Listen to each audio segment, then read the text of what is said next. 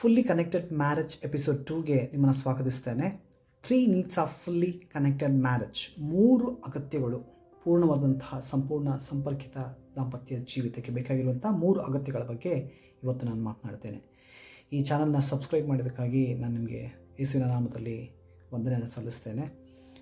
Subscribe ಮಾಡಿ, share ಮಾಡಿ, ನಿಮ್ಮ ಅನಿಸಿಕೆಗಳನ್ನು, ಕಮೆಂಟ್ಸ್ಗಳನ್ನ ದಯವಿಟ್ಟು ಬರೆಯಿರಿ. ಅದು ನಮಗೆ ಉತ್ಸಾಹವಾಗಿರ್ತದೆ. ಈ ವಿಡಿಯೋ ಅನೇಕರಿಗೆ ಅನುಕೂಲವಾಗಿರಲಿ, ಆಶೀರ್ವಾದವಾಗಿರಲಿ ಅನ್ನುವಂಥ ಉದ್ದೇಶದಿಂದ ಮಾಡ್ತಿದ್ದೇವೆ. ನಿಮ್ಮ ಜೀವಿತಕ್ಕೆ ನಿಮಗೆ ಆಶೀರ್ವಾದವಾಗಿದ್ದರೆ ಭಾಳ ಚೆನ್ನಾಗಿದೆ ಕೇಳಿಸ್ಕೊಳ್ಳೋಕ್ಕೆ, ನನ್ನ ಜೀವಿತದಲ್ಲಿ ನಾನು ವರ್ಕ್ ಮಾಡ್ತೇನೆ ಅಂತ ನಿಮ್ಗೆ ಅನಿಸೋದಾದರೆ ಅದನ್ನು ದಯವಿಟ್ಟು ಇನ್ನೊಬ್ಬರಿಗೂ ಶೇರ್ ಮಾಡಿ ಅಂತ ಕೇಳ್ತೇನೆ. ಸೊ 3 ಅಗತ್ಯಗಳಲ್ಲಿ ಮೊದಲನೇದಾಗಿ ನೋಡಬೇಕಾದದ್ದು priority. The first need is priority. Priority ಅಂತ ಹೇಳಿದ್ರೆ ಆದ್ಯತೆ. ಸೊ ನಮ್ಮ ಜೀವನದಲ್ಲಿ ಅನೇಕ ವಿಷಯಗಳಿದೆ, ಎಲ್ಲವುಗಳನ್ನು ಸಹ ಒಟ್ಟಿಗೆ ಮಿಕ್ಸ್ ಮಾಡಿ ಇಡೋಕ್ಕಾಗೋದಿಲ್ಲ, ಕ್ರಮಪಡಿಸಬೇಕಾಗಿರ್ತದೆ. ಒಂದು ಸೇವೆಯಲ್ಲಿರುವಂತಹ ದಂಪತಿಗಳು, ಅವರಿಗೆ ವಿವಾಹ ವಾರ್ಷಿಕೋತ್ಸವ. ಸೊ ಹಾಗಾಗಿ ಆಂಟಿಗೆ ಹೇಳಿದೆ, ಆಂಟಿ ಹ್ಯಾಪಿ ವೆಡ್ಡಿಂಗ್ ಆ್ಯನಿವರ್ಸರಿ, ಎಲ್ಲಿ ಪ್ಲ್ಯಾನ್ ಮಾಡಿದ್ದೀರಾ ಇಬ್ಬರು ಹೋಗೋಕ್ಕೆ ಅಂತ. ಅಂಕಲ್ ಇರಲಿಲ್ಲ. ಅವ್ರು ಹೇಳಿದರು, ಇಲ್ಲಪ್ಪ ಎಲ್ಲಿ ಪ್ಲ್ಯಾನ್ ಮಾಡೋದು, ಅವರೆಲ್ಲೋ ಸೇವೆ ಅಂತ ಬೇರೆ ಊರಿಗೆ ಹೋಗಿದ್ದಾರೆ, ನಾನು ಮನೆಗೆ ಹೋಗ್ತೇನೆ, ಅಡುಗೆ ಮಾಡಿ ತಿಂದ್ಕೊಳ್ತೇನೆ, ಬಟ್ ಓಕೆಪ್ಪ ಅಂತ ಹೇಳಿದ್ರು. ಯಾಕೆ ಆಂಟಿ, ಯಾವ ರೀತಿಯಾದಂತಹ ಪ್ಲ್ಯಾನ್ ಮಾಡಿಲ್ವಾ ನೀವು ಅಂತ ಹೇಳಿದ್ರೆ, ಯಾವ ರೀತಿ ಆಸೆ ಇಲ್ವಾ ಹೊರಗಡೆ ಹೋಗಬೇಕು ಮಾಡಬೇಕು ಅಂತ? ಹಾಗೇನಿಲ್ಲಪ್ಪ, ಆರಂಭ ದಿವಸದಲ್ಲಿ ನನಗೆ ಬಹಳ ಎಕ್ಸ್ಪೆಕ್ಟೇಷನ್ಸ್ ಇತ್ತು, ಆಸೆ ಇತ್ತು, ಆದರೆ ನಮ್ಮ ಯಜಮಾನರಿಗೆ ಎಲ್ಲ ಸಹ ದೇವ್ರ ಸೇವೆ. ಸೊ ಸ್ವಲ್ಪ ದಿವಸ ಆದ ನಂತರ ಓಕೆ ಅಂತ ಹೇಳಿ ನಾನು ಹಾಗೆ ಹೊಂದ್ಕೊಂಡು ಹೋಗ್ಬಿಟ್ಟೆ. ಸೊ ಏನು ಮಾಡೋಕ್ಕಾಗುತ್ತೆ, ಅವರ ಹೃದಯ, ಅವರ ಆಸೆ ಹಾಗೆ. ಸೊ ಹಾಗಾಗಿ ನಾನು ಹೊಂದ್ಕೊಂಡು ಹೋಗ್ಬಿಟ್ಟೆ. ಪರವಾಗಿಲ್ಲ, ವರ್ಷಗಳು ಕಳೀತು, ನಾವು ಸಂತೋಷವಾಗೇ ಇದ್ದೀವಿ ಅಂತ ಹೇಳಿ. ಸೇವೆ ಮಾಡೋರಿಗಿರುವಂಥ ಒಂದು ಸಣ್ಣ ಕನ್ಫ್ಯೂಷನ್ ಅಂದರೆ, ದೇವರಿಗೆ ಮೊದಲ ಆದ್ಯತೆ ಕೊಡಬೇಕು, ಖಂಡಿತವಾಗ್ಲೂ ಕೊಡಬೇಕು. ನಮ್ಮ ಜೀವನದ ಎಲ್ಲವೂ ಸಹ ಆತನೇ. God is your first priority. ನಿಮಗೆ ದೇವರ ಮೊದಲ ಆದ್ಯತೆ. ಎರಡನೇದಾಗಿ ನಿಮ್ಮ ಸಂಗಾತಿ ಬರ್ತಾರೆ, ಅದರ ನಂತರ ಬೇರೆಲ್ಲೂ ಸಹ. ಆದರೆ ಸೇವೆ ಮಾಡಿರೋದ್ರಿಂದ ಕನ್ಫ್ಯೂಷನ್ ಅಂದರೆ, ಸೇವೆ ಮಾಡುವುದು ದೇವರಿಗೆ ಕೊಡುವಂಥ ಆದ್ಯತೆ ಎಂಬುದಾಗಿ ತಿಳ್ಕೊಳ್ತಾರೆ. ಅಂದರೆ ಹಾಗಲ್ಲ. ಅದು ಸೇವೆ ಅನ್ನುವಂಥದ್ದು ಹೊರಗಿನ ಜನ ಯಾವ ರೀತಿಯಾಗಿ ಕೆಲಸ ಮಾಡ್ತಾರೋ ಆ ರೀತಿಯಾಗಿ ಸೇವೆ ಅನ್ನುವಂಥದ್ದು. ಇನ್ನೊಂದು ಫ್ರೆಂಡಿಗೆ ಕೇಳಿದೆ, ಏನಪ್ಪ ಡೇಟ್ ಮಾಡ್ತಿದ್ದೀರಾ, ಹೊರಗಡೆ ಹೋಗ್ತಿದ್ದೀರಾ, ಲೈಫ್ ಆಗಿದೆ? ಇಲ್ಲಪ್ಪ, ನಾನು ಸೆಟ್ಲ್ ಆಗಬೇಕು, ಫಸ್ಟ್ ಕೆಲಸ ಕೆಲಸ ಕೆಲಸ ಕೆಲಸ. ಮತ್ತು ಯಾವಾಗಪ್ಪ ಡೇಟ್ ಹೋಗ್ತೀರಾ? ಫಸ್ಟು ಸೆಟ್ಲ್ ಆಗಬೇಕು.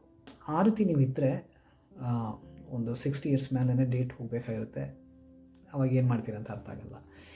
ಜೀವನದಲ್ಲಿ ಫಿನಾನ್ಷಿಯಲ್ ಡಿಫಿಕಲ್ಟೀಸ್ ಇದೆ, ಮಕ್ಕಳನ್ನ ನೋಡಬೇಕು, ಮನೆ ನೋಡಬೇಕು, ಎಲ್ಲನೂ ಇದೆ, ಇಲ್ಲ ಅಂತ ಹೇಳಲಿಲ್ಲ. ಚಾಲೆಂಜಸ್ ಇದೆ, ಇಲ್ಲ ಅಂತ ಹೇಳಲಿಲ್ಲ. ಆದರೆ ನೀವು ಈ ರೀತಿಯಾದಂಥ ವಿಷಯಗಳಿಗೆ ಸಮಯ ಕೊಡಬೇಕು. You have to spend time for these things. ಕುಟುಂಬನ ಕಟ್ಟುವುದಕ್ಕೆ, ಹೆಂಡತಿಯೊಂದಿಗೆ ಸಮಯವನ್ನು ಬಿಟ್ಟು ಅವರ ಭಾವನೆಗಳನ್ನು ಕೇಳಿಸ್ಕೊಳ್ಳೋದಕ್ಕೆ, ನಿಮ್ಮ ಭಾವನೆಗಳನ್ನು ಹಂಚಿಕೊಳ್ಳೋದಕ್ಕೆ, ಅವರೊಂದಿಗೆ ಮಾತನಾಡೋದಕ್ಕೆ ಸಮಯವನ್ನು ಕೊಡಬೇಕಾಗಿರುತ್ತೆ. ಮಕ್ಕಳಿಗಂತ ಸಮಯವನ್ನು ಕೊಡಬೇಕಾಗಿರುತ್ತೆ. ಎಲ್ಲವನ್ನು ಕ್ರಮವಾಗಿ ಮಾಡಬೇಕಾಗಿರುತ್ತೆ. ಅನೇಕ ಕುಟುಂಬಗಳಲ್ಲಿ ಸಮಸ್ಯೆ ಬರುವಂಥ ಕಾರಣ, ಸ್ತ್ರೀಯರಿಗೆ ತವರು ಮನೆ, ಅಪ್ಪ ಅನ್ನುವಂತಹ ವಿಷಯ ಹೆಚ್ಚಾಗಿರುತ್ತೆ. ಗಂಡನಿಗಿಂತ ಹೆಚ್ಚಾಗಿ ಕಾಣ್ತಾರೆ. ಕೆಲವರಿಗೆ, ಪುರುಷರಿಗೆ ತಾಯಿ, ನನ್ನ ತಾಯಿ ಅಂತ ಹೇಳ್ತಾರೆ, ಅದು ಬಹಳ ಹೆಚ್ಚಾಗಿರ್ತದೆ. ಆದರೆ ನೋಡಿ, ದೇವ್ರ ನಂತರ ಸಂಗಾತಿ ಬರ್ತಾರೆ. ನೀವಿಬ್ಬರು ಸೇರಿನೇ ಇವುಗಳನ್ನೆಲ್ಲ ನೋಡುವಂಥದ್ದಾಗಿರಬೇಕು. ನಾವೊಂದು ಸ್ಯಾರಿ ಶಾಪಲ್ಲಿದ್ವಿ, ಹೊರಗಡೆ ಹೋಗಬೇಕಾಗಿತ್ತು. ಹಾಗಾಗಿ ನಾವು ಕೆಲವೊಂದು ಪರ್ಚೇಸ್ಗಳನ್ನ ಮಾಡಬೇಕಾಗಿತ್ತು. ಸ್ಯಾರಿ ಶಾಪಲ್ಲಿ ಇರಬೇಕಾದ್ರೆ ಸ್ಯಾರಿ ತೋರ್ಸೋಕ್ಕೆ ಒಂದು ಸ್ತ್ರೀ ಅಲ್ಲಿದ್ದರು. ಅವ್ರು ಹೇಳಿದರು, ಹೊರಗಡೆ ಹೋಗ್ತಿದ್ದೀರಾ? ಓಕೆ, ಯಾರೋ ಕುಟುಂಬದಲ್ಲಿ ಒಬ್ಬರು ಮಾತ್ರ ಹೋಗ್ತಿದ್ದೀರಾ ಅಥವಾ ಕುಟುಂಬ ಸಮೇತ ಹೋಗ್ತಿದ್ದೀರಾ ಅಂತ. ನಮ್ಮ ವೈಫ್ ಹೇಳಿದ್ರು, ನೋಡಿ, ಹೊರಗಡೆ ಹೋಗೋದಾದರೆ ಕುಟುಂಬ ಸಮೇತ ಹೋಗಬೇಕು. ಅದು ದೇವರ ಹೃದಯ. ಗಂಡ ಒಂದು ಕಡೆ, ಹೆಂಡತಿ ಒಂದು ಕಡೆ ಇರುವಂಥದ್ದು ದೇವರ ಹೃದಯ ಅಲ್ಲ. ಇಬ್ಬರು ಒಂದು ಕಡೆ ಇರಬೇಕು. ಹಾಗಾಗಿ ನಾನು ಪ್ರಾರ್ಥಿಸ್ತೆ, ನಾವು ಒಂದೇ ಹೋಗ್ತಿದ್ದೀವಿ ಅಂತ. ಅದಕ್ಕೆ ಆ ಸ್ಯಾರಿ ತೋರಿಸುವಂಥ ಸ್ತ್ರೀ ಹೇಳಿದ್ರು, ನೀವು ಏನು ಮೇಡಮ್, ಪರವಾಗಿಲ್ಲ, ನಮ್ಮ ಯಜಮಾನ ಇದ್ದಾನಲ್ಲ, ನನ್ನ ತಾಯಿನ ಯಾರೇ ನೋಡ್ತಾರೆ, ನೋಡೆ ಅಂತ ಹೇಳಿ ಮನೇಲಿ ಬಿಟ್ಬಿಟ್ಟು ಅವ್ನು ಫಾರಿನ್ಗೆ ಹೋಗ್ಬಿಟ್ಟ ಅಂತ. ಕೆಲವೊಂದು ಏನು ಹೇಳೋದು ಅಂತ, ಒಂದು ಅನಿಶ್ಚಿತ ಪರಿಸ್ಥಿತಿಗೆ ಬರ್ತದೆ. ಕೆಲವೊಂದು ಡಿಫಿಕಲ್ಟ್ ಸಿಚುವೇಷನ್ಸಲ್ಲಿ ಬೇರೆ ಆಪ್ಷನ್ಸ್ ಇಲ್ಲ ಅನ್ನೋಂಥ ಸ್ಥಿತಿಯಲ್ಲಿ ಕೆಲವು ದಿವಸಕ್ಕೆ ಆ ರೀತಿ ಬಿಟ್ಟು ಹೋಗೋದು ಓಕೆ. ಆದರೆ ಆದಷ್ಟು ಬೇಗ ಹಿಂತಿರುಗಿ ಬಂದು ಜೊತೆಯಲ್ಲಿರೋದು ಅಂಥದ್ದು ಬಹಳ ಮುಖ್ಯ. ನಿಮ್ಮ ತಾಯಿನ ನೋಡಬೇಕಾದ್ರೆ ನೀವಿಬ್ಬರು ಸಹ ಸೇರಿನೇ ನೋಡಬೇಕು. ಓಕೆನಾ. ನೀನು ನೋಡ್ಕೊ ನಾನು ಹೋಗ್ತೀನಿ ಅಂತಲ್ಲ, ಹೆಂಡತಿ ಜೊತೆಯಲ್ಲಿದ್ದು ಅವಳಿಗೆ ಬಲಪಡಿಸಿ ನೀವಿಬ್ಬರು ಸೇರಿ ತಂದೆ ತಾಯಿಗಳನ್ನ ನೋಡಬೇಕು. ಗಂಡ ಹೆಂಡತಿರು ನೀವು ಡಿಸ್ಕಸ್ ಮಾಡಬೇಕಾದ್ರೆ ನಿಮ್ಮ ಪೋಷಕರಿಂದ ಸಲಹೆಗಳನ್ನು ಪಡ್ಕೊಳ್ಳಿ. ಅದರ decision making it's depend on you. ನೀವಿಬ್ಬರು ಸೇರಿ ಡಿಸಿಷನ್ ಮಾಡಬೇಕಾಗಿರುತ್ತೆ. ನೀವು ಇದ್ರ ಬಗ್ಗೆ ಇನ್ನೂ ಹೆಚ್ಚಿನದಾಗಿ ವಿವರಗಳು ಬೇಕಂದರೆ ನಿಮ್ಮ ಮೆಂಟರ್ಸ್ ಬಳಿ ಕೇಳ್ಬೋದು, ಅದನ್ನು ನಾನು ಕೆಳಗೆ ಮಾತನಾಡ್ತೇನೆ.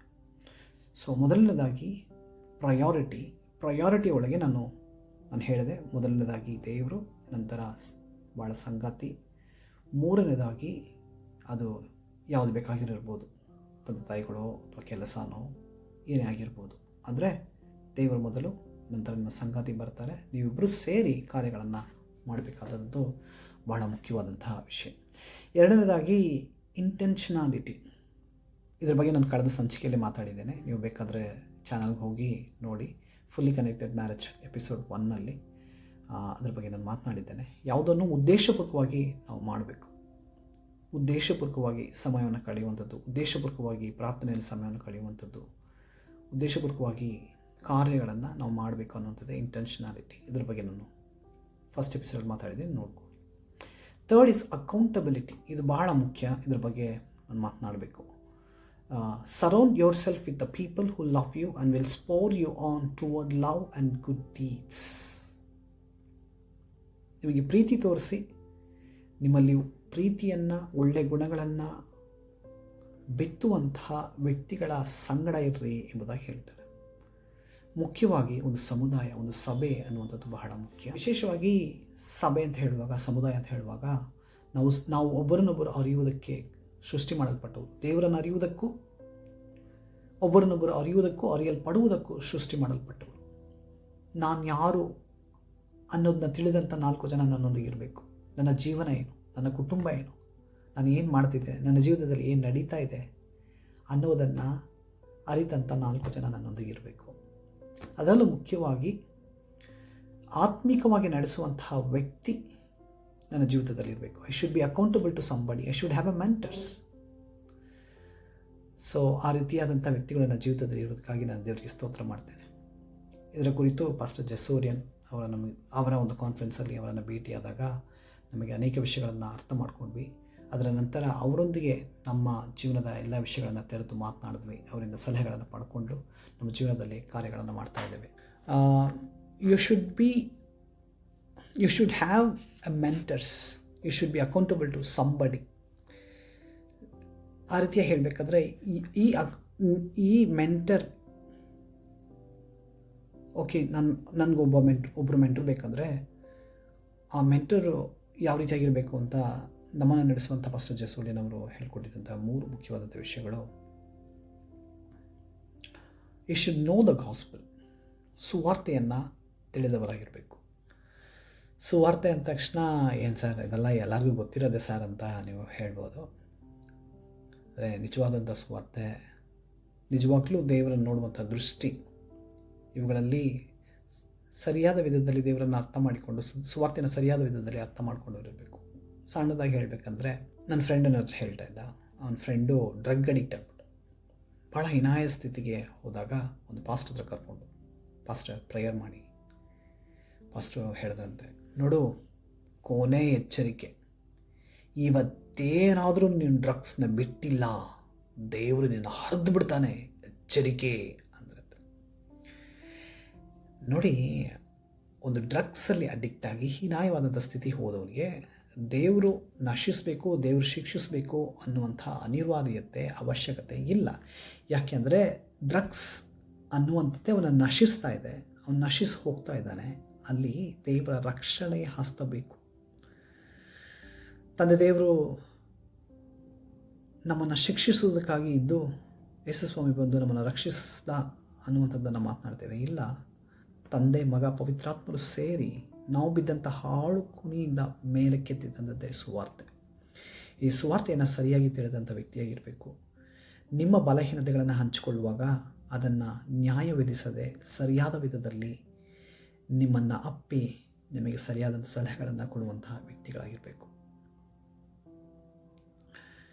ಎರಡನೇದಾಗಿ he should have some tools ಅಂತ ಹೇಳಬೇಕಾದ್ರೆ ನಮಗೆ ಸಜೆಸ್ಟ್ ಮಾಡ್ತಾರೆ, ಕೆಲವೊಂದು ವೀಡಿಯೋಗಳನ್ನ ನೋಡೋಕ್ಕೆ ಸಜೆಸ್ಟ್ ಮಾಡ್ತಾರೆ, ಕೆಲವೊಂದು ಪುಸ್ತಕಗಳನ್ನು ಓದೋದಕ್ಕೆ ಹೇಳ್ತಾರೆ. ಇದನ್ನು ನೋಡಿ ಇಟ್ಟಿದ್ದೀನಿ. ನಾನ್ ವೈಲೆಂಟ್ ಕಮ್ಯುನಿಕೇಷನ್, ಯಾವ ರೀತಿಯಾಗಿ ಸಂಭಾಷಣೆಗಳನ್ನ ಮಾಡುವಂಥದ್ದು ಎಂಬುದಾಗಿ. ಹೋದ ವಾರ ಕೂಡ ನನ್ನ ಹೆಂಡತಿಯೊಂದಿಗೆ ವಾಕ್ವಾದ ತರ್ಕಗಳಾದಾಗ ನನ್ನ ಹೆಂಡತಿ ಹೇಳಿದ್ರು 7ನೇ ಚಾಪ್ಟರ್ನ ಓದಿ ಅಂತ. ಸೊ ಅದರಲ್ಲಿರುವಂಥ 7ನೇ ಚಾಪ್ಟರ್ನ ಓದಿದೆ, ಅರ್ಥ ಮಾಡಿಕೊಂಡೆ, ಕೆಲವೊಂದು ವಿಷಯಗಳು ನಾನು ಕಾರ್ಯ ಮಾಡಬೇಕು ಅನ್ನೋದನ್ನ ಅರ್ಥ ಮಾಡಿಕೊಂಡೆ. ಈ ರೀತಿಯಾದಂಥ ಟೂಲ್ಸ್ಗಳನ್ನ ಅವರು ತಿಳಿದಂಥವರಾಗಿರಬೇಕು. That will help you. Pastor Sam P ಚಲದವರು ಹೇಳಿದ್ರು, ಮದುವೆ ಆದಾಗ ನನಗೆ ಪೋಷಕತ್ವದ ಬಗ್ಗೆ ಏನೂ ಗೊತ್ತಿಲ್ಲ, ಬೈಬಲ್ ಕಾಲೇಜ್ ಓದಿದ್ದಾರೆ, ಎಲ್ಲ ಮಾಡಿದ್ದಾರೆ, ಆದರೆ ಪೋಷಕತ್ವ ಅನ್ನುವಂಥ ಟಾಪಿಕ್ ಬಗ್ಗೆ ಅವರಿಗೆ ಗೊತ್ತಿರಲಿಲ್ಲ. ಆ ಟೈಮಲ್ಲಿ ಅನೇಕ ಪುಸ್ತಕಗಳನ್ನು ಅವ್ರು ಸರ್ಚ್ ಮಾಡಿ ಒಂದು ಪುಸ್ತಕಗಳನ್ನು ಕಂಡುಹಿಡಿದು ಅವರ ಜೀವಿತದಲ್ಲಿ ಅಳವಡಿಸ್ಕೊಂಡು ಅದನ್ನು ಇವಾಗ ಪ್ರೀಚ್ ಮಾಡ್ತಿದ್ದಾರೆ. ಹಾಗಾಗಿ ಪುಸ್ತಕಗಳು ಮತ್ತು ವೀಡಿಯೋಸ್ಗಳು ಬಹಳ ಹೆಲ್ಪ್ ಮಾಡುತ್ತೆ. ಆ ರೀತಿಯಾದಂಥ ಟೂಲ್ಸ್ಗಳನ್ನು ನಿಮಗೆ ಕೊಡುವಂಥ ವ್ಯಕ್ತಿಯಾಗಿರಬೇಕು. ಮೂರನೇದಾಗಿ ತಮ್ಮ ಜೀವಿತವನ್ನು ತೆರೆದು ತೋರಿಸುವಂಥ ವ್ಯಕ್ತಿಯಾಗಿರಬೇಕು. They should openly share with you their in vulnerabilities. ಅವರ ಏರುಪೇರುಗಳು, ನಮಗೇನಪ್ಪ ಸಕ್ಕದಾಗಿದ್ದೀವಿ ನೋಡಿ, ನಮ್ಮ ಮ್ಯಾರೇಜ್ ನೋಡಿ ಕಲ್ತ್ಕೊ ಅನ್ನೋರಲ್ಲ. ಲಾಸ್ಟ್ ವೀಕ್ ಕೂಡ ನಮಗೆ ವಾಗ್ವಾದ ಆಯಿತು, ಜಗಳ ಆಡಿದ್ರು, ನಾನು ಸ್ವಲ್ಪ ಕಿರ್ಚಿಬಿಟ್ಟೆ, ಅದರ ನಂತರ ನಾವು ಕೂತು ಮಾತಾಡಿದ್ವಿ, ಸರಿ ಹೋಯಿತು, ಜಗಳಗಳು ಬಂತು, ಈ ರೀತಿ ಸರಿ ಮಾಡ್ಕೊಂಡ್ವಿ ಅನ್ನುವಂತಹ ಕಥೆಗಳನ್ನು ಸಹ ನಿಮ್ಮೊಂದಿಗೆ ಹಂಚುವವರಾಗಿರಬೇಕು. ನನ್ನ ಪರ್ಸ್ನಲ್ ಲೈಫಲ್ಲಿ ಕೆಲವೊಂದು ಅಡಿಕ್ಷನ್ಸ್ ಇತ್ತು, ಆದರೆ ದೇವರ ಕೃಪೆಯಿಂದ ನನ್ನ ಹೆಂಡತಿಯ ಸಹಾಯದಿಂದ ಯಾವ ರೀತಿಯಾಗಿ ಇದನ್ನು ನಾನು ಜಯಿಸಿದೆ ಅನ್ನುವಂಥ ಕಥೆಗಳನ್ನು ನಿಮ್ಮೊಂದಿಗೆ ಹಂಚಿಕೊಳ್ಳುವರಾಗಿರಬೇಕು. ಹಾಗೆ ಹಂಚಿಕೊಳ್ಳುವಾಗ ನಿಮಗೂ ಸಹ ಒಂದು ಧೈರ್ಯ ಇರುತ್ತೆ, ನಿಮ್ಮ ಬಲಹೀನತೆಗಳನ್ನು ಅವರೊಂದಿಗೆ ಹಂಚಿಕೊಳ್ಳಲು. ಈ ರೀತಿಯಾದಂಥ ಮೆಂಟರ್ಸ್ ನಿಮ್ಮ ಜೀವಿತದಲ್ಲಿ ಬಹಳ ಬಹಳ ಮುಖ್ಯ. ಸೊ 3 ವಿಷಯಗಳನ್ನ ಹೇಳಿದೆ. ಪ್ರಯಾರಿಟಿಯಲ್ಲಿ ದೇವರು, ನಂತರ ಸಂಗಾತಿ, ಅದರ ನಂತರ ಬೇರೆ ಎಲ್ಲಗಳು ಸಹ. ಲೇಟೆಸ್ಟಾಗಿ ಪಾಸ್ಟರ್ ವ್ಲಾಡ್ ಅವರ ಅದನ್ನು ಹಾಕಿದಂಥ ಪೋಸ್ಟ್ ನೋಡಿದೆ. ಮೊದಲು ದೇವರು, ನಂತರ ಸಂಗಾತಿ, ಅದರ ನಂತರ ಅನ್ನೋದಲ್ಲ, ನಿಮ್ಮ ಮದುವೆಯೇ ಮದುವೆಯೇ ಒಂದು ಸೇವೆಯಾಗಿದೆ ಅಂತ ಕೆಲವೊಂದು ವಿಷಯಗಳನ್ನ ಅವ್ರು ಬರೆದಿದ್ರು. ಅದೇ ರೀತಿಯಾಗಿ ನಿಮ್ಮ ಮದುವೆ ಬಹಳವಾಗಿ ನಿಮಗೆ ಸಹಾಯ ಮಾಡ್ತದೆ. ಕ್ರಿಸ್ತನ ಸ್ವರೂಪಕ್ಕೆ ನೀವು ಬರುವುದಕ್ಕೆ, ಕ್ರಿಸ್ತನ ಹಾಗೆ ರೂಪಿತಗೊಳ್ಳುವುದಕ್ಕೆ ದೇವರು ಕೊಟ್ಟಂಥ ವಿಷಯವೇ ಮದುವೆ ಅನ್ನೋದನ್ನ ಆಲ್ರೆಡಿ ನಾನು ಹೇಳಿದ್ದೆ ಅಲ್ವಾ. ಸೊ ಇದರಲ್ಲಿ first God, second is spouse, then after that everything close. ಎರಡನೇದಾಗಿ ಇಂಟೆನ್ಷನಾಲಿಟಿ, ಅದರ ಬಗ್ಗೆ ನಾನು ಜಾಸ್ತಿ ಮಾತಾಡಿಲ್ಲ, ಯಾಕೆಂದರೆ ಫಸ್ಟ್ ಎಪಿಸೋಡಲ್ಲೇ ನಾನು ಆಲ್ರೆಡಿ ಮಾತಾಡಿದ್ದೇನೆ. ಸೊ ಮೂರನೇದಾಗಿ ಅಕೌಂಟಬಿಲಿಟಿ, ಒಂದು ಸಮುದಾಯ, ನಿಮ್ಮನ್ನು ಅರಿತಂತಹ 4 ಜನ ನಿಮ್ಮೊಂದಿಗೆ ಸರಿಯಾದ ಸಲಹೆಗಳನ್ನು ಕೊಡುವಂಥ ವ್ಯಕ್ತಿಗಳು ನಿಮ್ಮೊಂದಿಗೆ. The people ready to share their vulnerabilities. They should accept you the way you are, celebrate you the way you are. The mentors you should have, ಯಾವ ರೀತಿಯಾದ ಮೆಂಟರ್ಸ್ ಅವ್ರಿಗೆ ಏನೇನಿರಬೇಕು ಅಂತ ನಾನು ಹೇಳಿದ್ದೆ. ಸೊ ಇದು 3 ವಿಷಯಗಳ ಕುರಿತು ನೀವು ಪ್ರಾರ್ಥಿಸಿ, ಅದರ ಬಗ್ಗೆ ಯೋಚನೆ ಮಾಡಿ, ದೇವರೊಂದಿಗೆ ಕೇಳಿ, ನನಗೆ ಯಾವ ರೀತಿಯಾದಂಥ ಸಮುದಾಯದಲ್ಲಿ ನಾನು ಇರಬೇಕು, ಯಾವ ರೀತಿಯಾದಂಥ ವ್ಯಕ್ತಿ ನನಗೆ ಮೆಂಟರಾಗಿರಬೇಕು, ಆ ವ್ಯಕ್ತಿಗಳನ್ನು ನನಗೆ ತೋರಿಸಿ ಎಂಬುದಾಗಿ ಪ್ರಾರ್ಥಿಸ್ರಿ. ದೇವರು ನನಗೆ ಸರಿಯಾದ ವ್ಯಕ್ತಿಗಳನ್ನು ತೋರಿಸ್ಕೊಡ್ತಾರೆ. ನನಗೆ ತೋರಿಸ್ಕೊಂಡಂಥ ದೇವರು ನಿಮಗೂ ಸಹ ತೋರಿಸ್ಕೊಡ್ತಾರೆ. ದೇವರು ನಿಮ್ಮನ್ನು ಆಶೀರ್ವದಿಸಲಿ. ನಾನು ನೆಕ್ಸ್ಟ್ ಎಪಿಸೋಡ್ನಲ್ಲಿ ನಿಮ್ಮನ್ನು ಭೇಟಿಯಾಗ್ತೇನೆ. ದೇವರು ನಿಮ್ಮೊಂದಿಗಿರಲಿ. ಆಮೇಲೆ